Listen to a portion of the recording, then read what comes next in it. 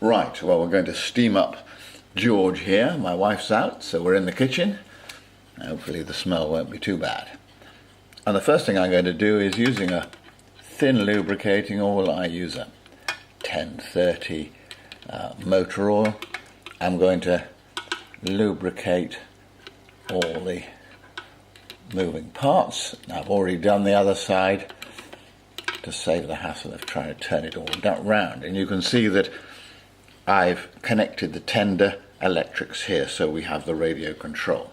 The first thing I'm going to do is put some gas in, and I'm sorry that hides the gas tank, so let's just go up and see. That's where I'm going to be putting the gas in. Make sure the valve is closed, which it isn't, so there we are. That's closed, that's where the gas is going to go, and I'm going to do that first because I want that to disperse while I'm, because I am in the kitchen after all, and I don't want to be having a big conflagration. So, holding the loco steady, it's just on blocks. I mean, you can put it on a rolling road if you're running it inside, but blocks are perfectly satisfactory. So I'm pressing down on that, and I wait until that gas vents from the filler valve at the top. There we are. So that's okay. The gas is in. Just close that for a moment. I'm going to take out the safety valve, and I'm going to put some water in. Now, I use, as a shortcut, I use these tomato ketchup bottles. I mean, lots of people do different things, but I basically, if you've got a steady hand, you can just squeeze it like that. Now, the water I'm using, lots of people have views on water, but I use water from a condensing tumble dryer, and I find it perfectly all right with no residues.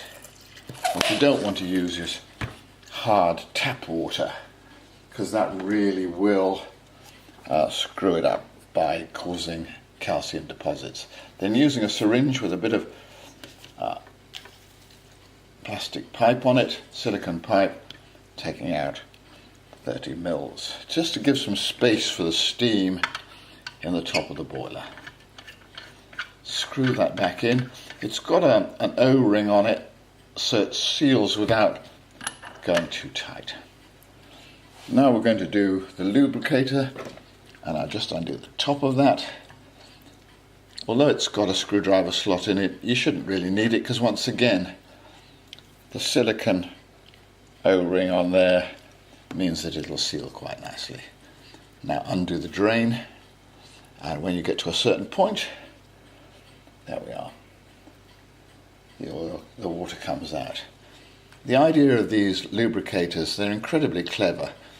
A steam pipe goes through, and there's a little hole, and some of the steam comes into the oil and condenses, goes to the bottom because oil is lighter than water, so the water's at the bottom, and as it goes up, it pushes that oil into the steam pipe, and that goes to the cylinders. And that does that. The hole has to be the right size, and it does it throughout the steaming, just like magic, and lubricates the cylinders. Now I'm going to put 200 grade steam oil in here. This is the Roundhouse steam oil, and then pop the lid back on, the cap back on like that.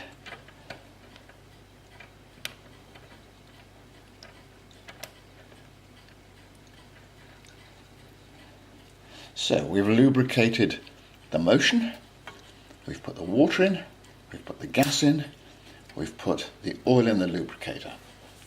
So what I'm going to do now is turn the gas on, which I can do without having to open it, but I will open the lid. Open the lid. There we are.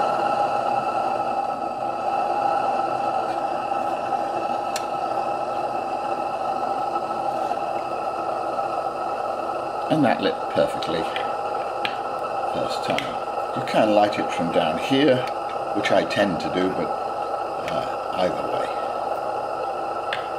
Basically, we now have to wait about 5 minutes for that to get up ahead of steam. If I move that to there, you can see that the pressure gauge there inside the cap. I'm just going to turn on the transmitter and turn on the receiver there so that I can check that everything is working. And there we have, you can see the regulator being operated there, and you can see the reverser being operated there.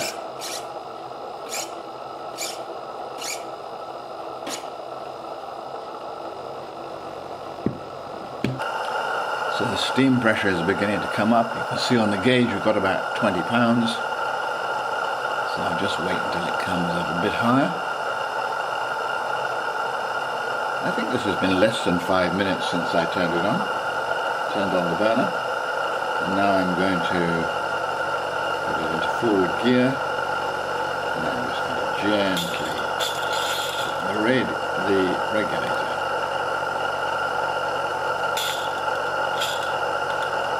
One of the things to remember is that at the beginning, quite a lot of, because the cylinders are cold, the steam condenses and there's quite a lot of condensate. So you have a mixture of oil and water, and that has to go somewhere, so it comes down the chimney. Hopefully not up the chimney. Some locos like to spray it all over their owners, but here we are. That's beginning to clear now. Now you can hear that burner's really beginning to roar now because the gas tank has warmed up. Let's stop it. Turn that gas down, and there's the pressure blowing bang on the right temperature. The nice thing about roundhouse burners is that they're very nearly silent when they're operating. I'll put it into gear again.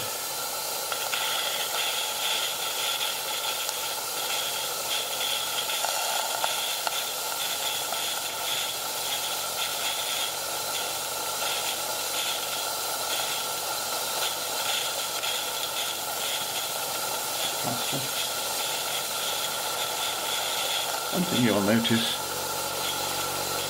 is that other than the slight sound of the burner and the odd little bit of a hiss from the condensate burning in the smoke box, the loco is virtually silent. Now, later classic series have a small enhancer, but you will not be surprised to know that I think that they sound better with a Sunderland chopper. So in the next little video I will fit a Sunderland chopper. But this is running incredibly smoothly. They're just like a Swiss watch, these locos. I'm just going to go into reverse.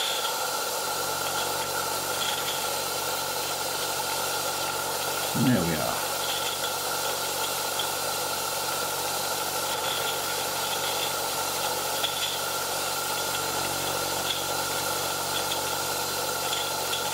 This really is a superb loco. I don't believe it was ever run very much. I mean, it looks in, all the motion, etc., looks in as new condition. So it's a lovely little Roundhouse George.